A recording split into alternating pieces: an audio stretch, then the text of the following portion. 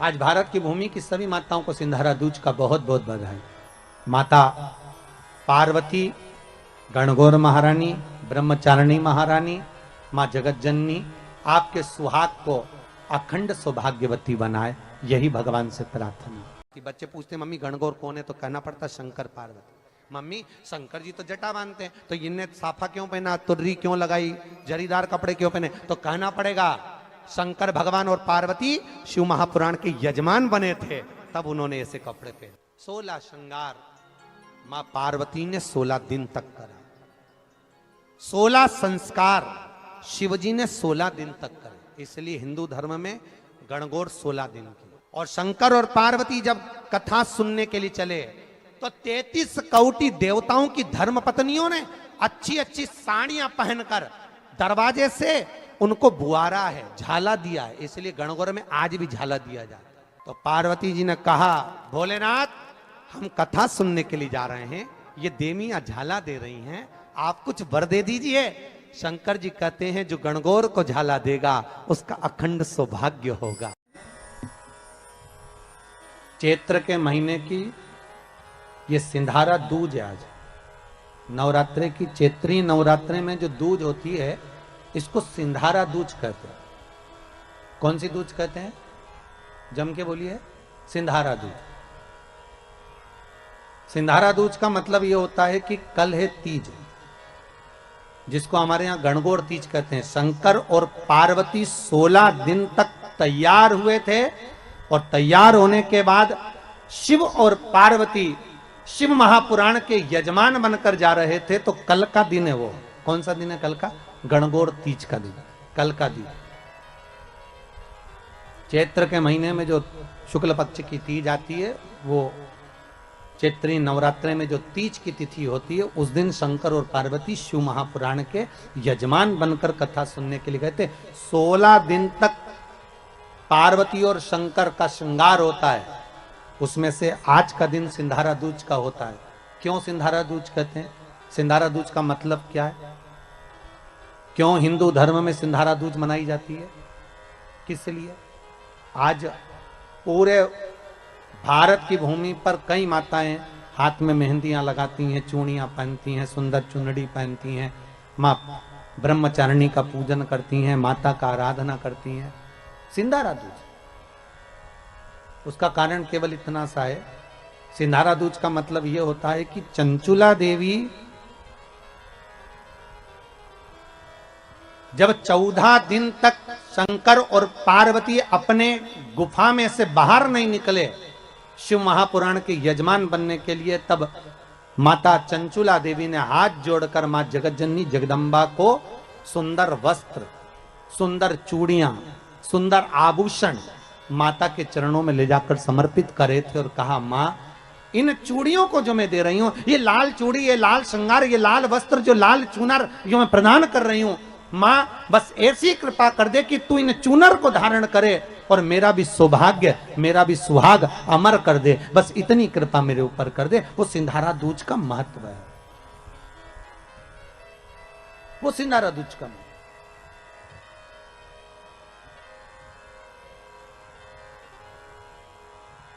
आज भारत की भूमि की सभी माताओं को सिंधारा दूज का बहुत बहुत बधाई। माता पार्वती, गणगौर महारानी, ब्रह्मचारिणी महारानी, मां जगत जननी आपके सुहाग को अखंड सौभाग्यवती बनाए, यही भगवान से प्रार्थना। आपके घर में छोटा सा शिवलिंग विराजमान, निवेदन है जहां पर भी शिवलिंग आपके घर में विराजमान है, अगर छोटी सी कटोरी में एक बेलपत्र को आप नीचे रखिए, छोटी सी कटोरी उस बेलपत्र के ऊपर रखकर उसमें थोड़ा सा मधु, शहद, शंकर भगवान की साक्षी में शिव जी के सामने अगर शुक्रवार की शुक्रवार रखना प्रारंभ कर दो, धीरे धीरे संपदा की वृद्धि अपने आप होना प्रारंभ होगा। आप लोगों से निवेदन है कि शिव जी को अपना पिता मान। जिस दिन शंकर भगवान को अपना पिता मान लिया, उस दिन शंकर भगवान अपनी बेटी को जिंदगी में कभी दुखी नहीं देख सकते, दुखी नहीं देख सकते। और शुक्रवार के दिन माता लक्ष्मी के लिए अग्नि में आहुति दीजिए। महाराज, शाम के समय पर सूर्यास्त के पहले शिव महापुराण की कथा कहती है, अग्नि पुराण कहती है, नर्मदा पुराण कहती है, लिंग पुराण कहती है कि बेलपत्री के वृक्ष के नीचे, नीचे तो नीचे वो भी जाने तो यहां तक वर्णन किया शिव महापुराण में तो कि बेलपत्री का जो फल होता है ना, बेल फल जो होता है, कहते हैं अगर किसी व्यक्ति के यहाँ लक्ष्मी की कमी होती है, संपदा की कमी होती है, जिसके यहाँ पैसा नहीं आता, धन नहीं आता, तो बेल का जो फल होता है, बेलपत्री का जो फल होता है, उस फल के गूदे को, बेलपत्री के फल का गुर्दा निकाल लो, सुखा लो, गाय के घी में उसको डुबो लो और शुक्रवार के दिन माता लक्ष्मी के लिए अग्नि में आहुति दीजिए। महाराज, शाम के समय पर सूर्यास्त के पहले ये जो आहुतियां हम बेले के गुर्दे के फल की गाय के घी में डुबोकर माता लक्ष्मी और भगवान विष्णु के नाम से देते हैं, महाराज 2 या 3 शुक्रवार करोगे, लक्ष्मी की कभी कमी नहीं आती, संपदा बढ़ती है। एक प्रयोग और कर कर देखना, कभी अगर मौका मिले आपको तो प्रयोग कर कर देखिए। लिंग पुराण के अंदर लिखा हुआ है, शिव पुराण में, लिंग पुराण में और स्कंद पुराण में कहा गया है कि अगर किसी ने बेले के फल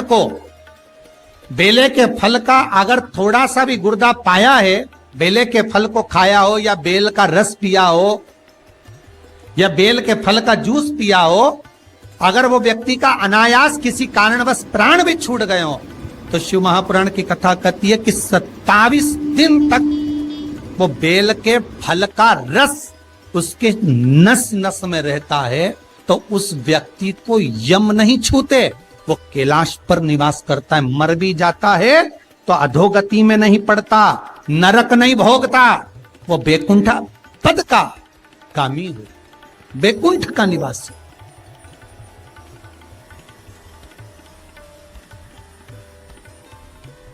बैकुंठ का निवास।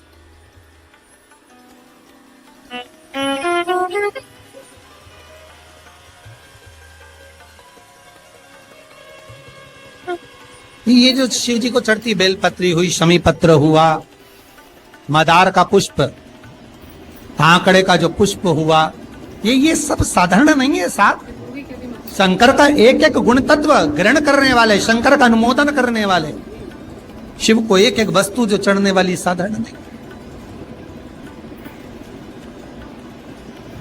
शुक्रवार के दिन बेलपत्री के वृक्ष के नीचे बैठकर घृत का दिया लगाकर शरीर में जो रोग है उसका स्मरण कर कर शंकर जी से विनय कर कर, हे भोलेनाथ, आपने शुक्र देवता को संजीवनी मंत्र दिया है, तो क्या आप मेरे को वो मंत्र प्रदान नहीं करोगे? मेरे रोग, मेरी बीमारी, मेरे दुख को आप नहीं हरोगे?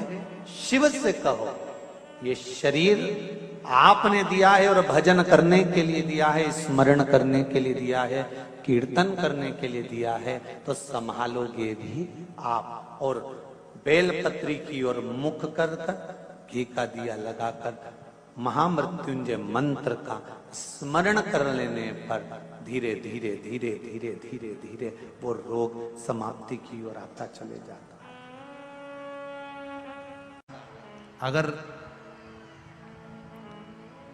किसी कामना के वश अगर हम दीप लगा रहे हैं या हमारे मन में कोई भाव उत्पन्न है और हम बाबा से कहना चाहते हैं कि बाबा मेरा ये कार्य है आप पूर्ण करिएगा, तो फिर शिव मंदिर में भी लंबी बाती का दीप आप प्रदोष या सोमवार की अष्टमी या सोमवार या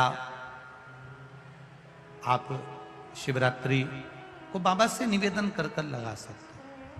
हाँ, विशेष जब कोई एक बहुत बड़ी बात हो और आपके कार्य में कहीं अटकल हो रही हो, तो एक ही दीप में 2 बाती, शिव और शक्ति, लंबी बाती बनाई शिव और शक्ति के नाम से 2 बाती एक साथ एक दीप में भी लगा सकते हैं। पर कब? जब विशेष कोई आपका कार्य हो और वो अटक रहा हो, विशेष कोई कार्य, और आप बाबा से प्रार्थना कर रहे हो, तो 2 बाती का भी प्रयोग आप कर सकते हो। ऐसे शिव तत्व को जान।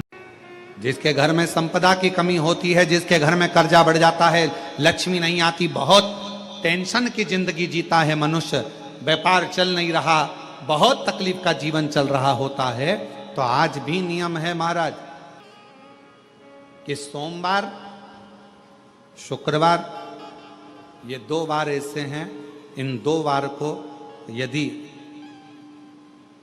कटोरी में थोड़ा सा शहद रखकर, मधु रखकर, यदि लक्ष्मी जी का स्मरण किया जाए और माता लक्ष्मी जी का स्मरण कर कर एक लाल पुष्प उस कटोरी के सम्मुख में माता लक्ष्मी का नाम लेकर रखा जाए, और बाद में वही शहद, वही मधु और वही पुष्प सोमवार का दिन और शुक्रवार के दिन लक्ष्मी का पूजन कर कर, स्मरण कर कर, दूसरे दिन शुक्रवार के दिन पूजन करें, शनिवार के दिन उस मधु का, उस पुष्प का विसर्जन करें, सोमवार के दिन पूजन करें लक्ष्मी जी का स्मरण कर कर, और मंगलवार के दिन अगर विसर्जन करें, 5 या 7 सोमवार या शुक्रवार को यदि आप मधु का भोग लक्ष्मी जी को लगाना प्रारंभ कर दें, शिव का नाम स्मरण कर कर, तो उसके घर में कभी संपदा की कमी नहीं होती, लक्ष्मी उस संपदा को बढ़ाती। आज से नवरात्रे प्रारंभ हुए हैं, 9 दिन तक। अगर आपको ऐसा लगता है कि शिव जी आप बाबा मेरी नहीं सुन रहा, बहुत संघर्ष का जीवन चल रहा है, बहुत परेशानी का जीवन चल रहा है, बहुत कष्ट का जीवन चल रहा है, और कोई मंजिल, कोई राह, कोई मार्ग दिख ही नहीं रहा, तुम्हारा कैसा भी दुख है, जो आज से 9 दिन तक का एक नियम ले लो। मुझे शिवजी के मंदिर में अशोक सुंदरी वाली जगह पर एक बेलपत्र माँ हेमवती माता के नाम से, कौन सी माता? हेमवती, माँ हेमवती के नाम से एक बेलपत्र अशोक सुंदरी वाली जगह पर समर्पित करूंगी। 9 दिन का एक नियम धारण करो, और 12वें या 15वें दिन आप देखिए आपका जो दुख है मेरा बाबा उसको काट कर ही रहे। नवरात्रे में हेमवती माता का स्मरण करना, एक बेलपत्र का पूजन करना, या एक बेलपत्र के वृक्ष के नीचे आप 9 दिन तक भी, अगर मंदिर तक भी नहीं जा सकते, मंदिर में आप बेलपत्र रखने नहीं जा सकते, तो आपके घर के आंगन में, द्वारे पर, बगीचे में, आपके घर के पास अगर कोई बेलपत्र का पौधा है, वृक्ष है, उस बेलपत्र के वृक्ष के सामने एक बेलपत्र का पत्ता रखकर भी अगर आप उस पर जल चढ़ा रहे हैं या पूजन कर रहे हैं हेमवती माता के नाम से, तो उसका फल आपको मिलेगा। और मान लो बेलपत्र का वृक्ष भी नहीं है, हम मंदिर भी नहीं जा सकते, हम कहीं नहीं जा सकते, घर से बाहर कैसे निकलें, पानी तेज है, जलवृष्टि हो रही है, बहुत सा पानी है, तो क्या करें? अपने घर में जो शिवलिंग है, तुम्हारे घर में अगर जो शिवलिंग है, तुम्हारे घर में जो शिवलिंग विराजमान है, उसी शिवलिंग के साक्षी में, सम्मुख में भी अगर हेमवती माता का नाम लेकर अगर एक बेलपत्र समर्पित करोगे 9 दिवस तक, तो उसका फल मिलेगा जरूर। केवल नवरात्रे व्रत करने से पूर्ण नहीं होते, केवल नवरात्रे 9 दिन तक भूखे रहने से पूर्ण नहीं होते, केवल नवरात्रे नवरात्रि तक जागने से पूर्ण नहीं होते, केवल नवरात्रे घर में ज्योत जलाने से पूर्ण नहीं होते, केवल नवरात्रे 9 दिन तक जवारे बोने से पूर्ण नहीं होते, केवल नवरात्रे 9 दिन तक कलश स्थापना से पूर्ण नहीं होते। नवरात्रे पूर्ण जब माने जाते हैं जब आप घर में रहने वाली नारी का आदर करना प्रारंभ कर दो। प्रत्येक कन्या में, प्रत्येक बच्ची में तुम्हें माँ जगत जननी का स्वरूप नजर आने लगे और आप स्त्री को सम्मान देने लगे, आदर करने लगे, तो समझना कि नवरात्रे सिद्ध हो गए, नवरात्रे में आपकी साधना सिद्ध हो गई। जिस जिसके यहाँ पर माता रानी की ज्योत जलती है उसके घर का दरवाजा बंद, अर्थात जिस कक्ष में ज्योत जली उसका दरवाजा बंद नहीं होता। यहाँ पर ऐसा नियम है कि नहीं हमें नहीं मालूम, पर हमारे उधर का नियम, अगर माँ की ज्योत लगी है तो उस घर को खाली नहीं छोड़ा जाता, एक न एक जनी का होना जरूरी है। बहुत सारा भगवान को नहीं चाहिए। शिव महापुराण में यह भी कहीं नहीं लिखा कि तुम भगवान को 108 या 1008 या 1008 बेलपत्र समर्पित करोगे तो शिव जी प्रसन्न हो जाएंगे। शिव महापुराण की कथा तो यहां तक कहती है, एक बेलपत्र की पत्ती को आप अगर बीच में से, ये एक बड़ी पत्ती, उसके बीच में 2 पत्ती और 2 पत्ती के बीच में जो गैप है, बीच पत्ती में, इस पत्ती और 2 पत्ती के बीच में जो जगह है, अगर आप इस पत्ती को यहां से स्पर्श कर कर, इस पत्ती को यहां से स्पर्श कर कर शंकर भगवान के शिवलिंग पर अगर आप श्री शिवाय नमस्तुभ्यम कहकर, पंचाक्षर मंत्र नमः शिवाय कहकर, षडाक्षर मंत्र ओम नमः शिवाय कहकर यदि शंकर के शिवलिंग पर समर्पित करते हो तो वो 108 बेलपत्र का काम कर जाती है। पकड़ने का स्थान देखिए,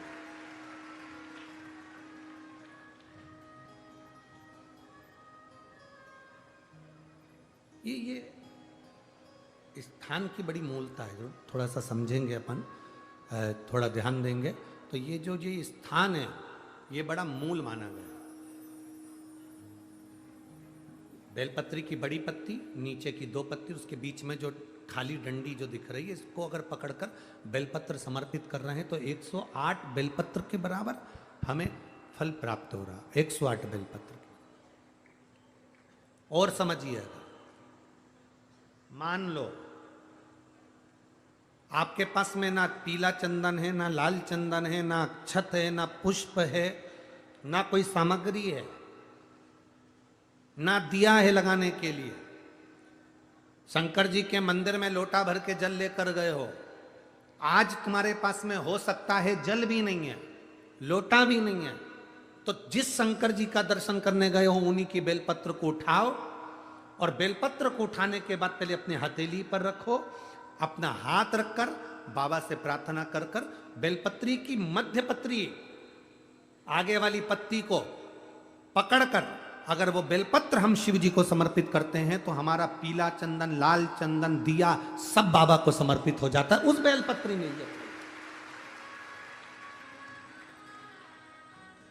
एक बेलपत्री का सुख हमारे जीवन का एक आनंद दे देता है।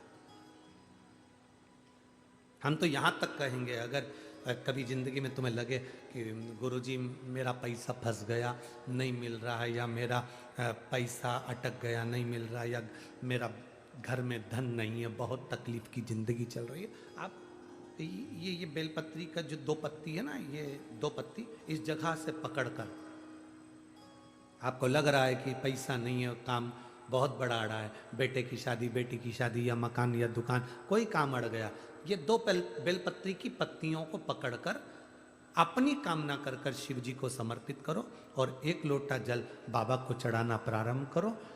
20 से 22 दिन इंतजार करना, मेरा बाबा हाथ पकड़कर कुबेर भंडारी भंडार जरूर भरेगा।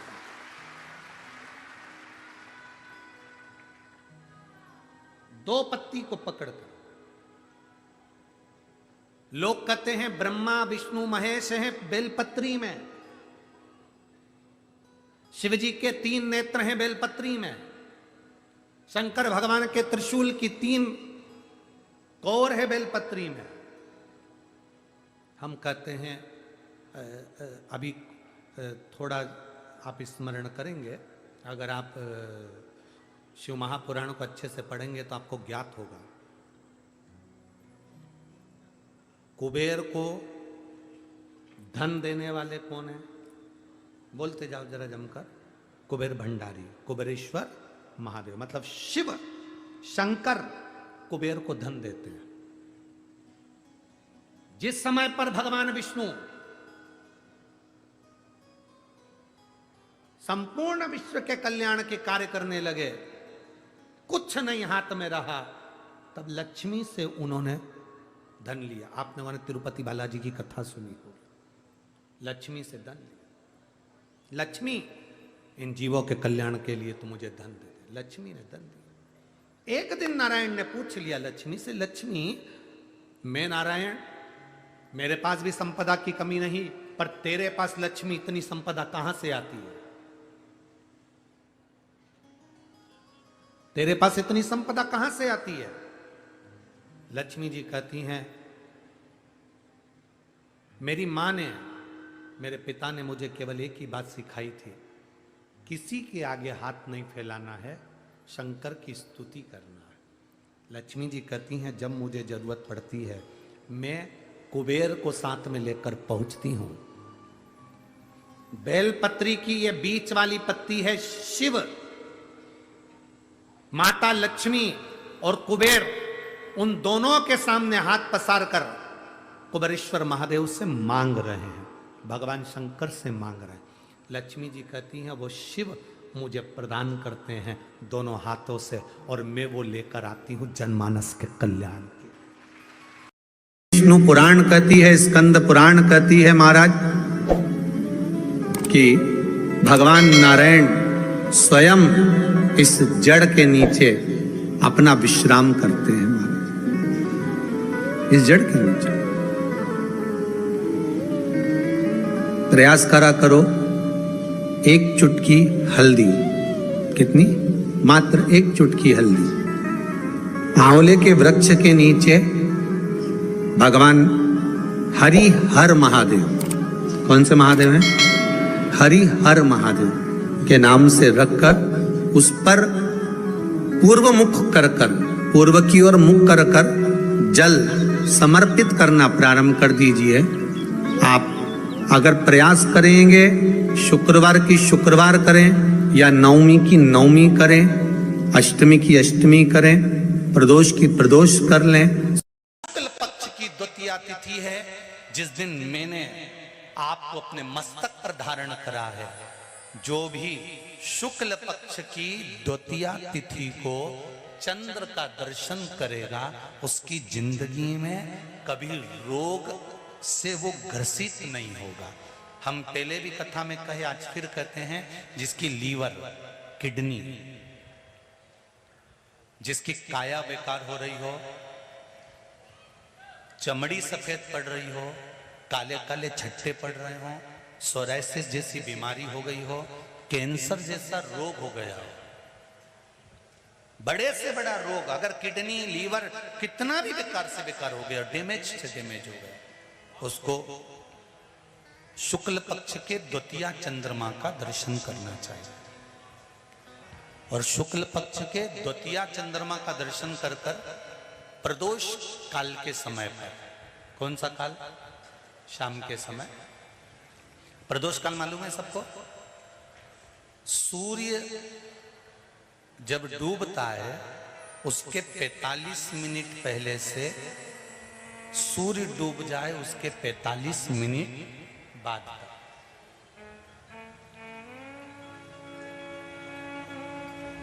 कितने मिनट पहले? जम के बोलो जरा। 45 मिनट पहले से 45 मिनट बाद प्रदोष काल का क्रम है। चंद्रदेव का दर्शन कर कर कच्चे दूध का छींटा, सफेद पुष्प चंद्र को समर्पित करो, सफेद चंदन का छींटा चंद्रदेव को दीजिए।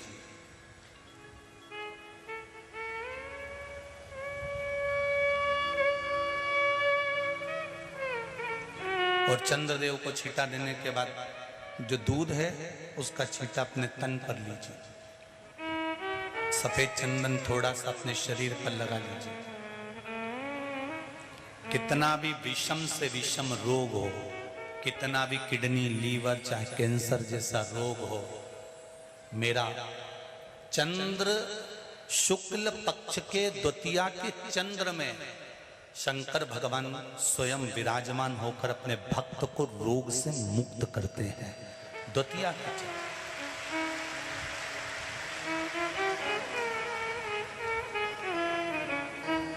जम के बोलो कौन सी तिथि है? शुक्ल पक्ष के द्वितीया तिथि का चंद्र का दर्शन व्यक्ति को जीवन का सुख देता है। जिसके आंखों में तकलीफ हो, श्रवण शक्ति में तकलीफ हो, बोलने में, मुख में तकलीफ उत्पन्न होती हो,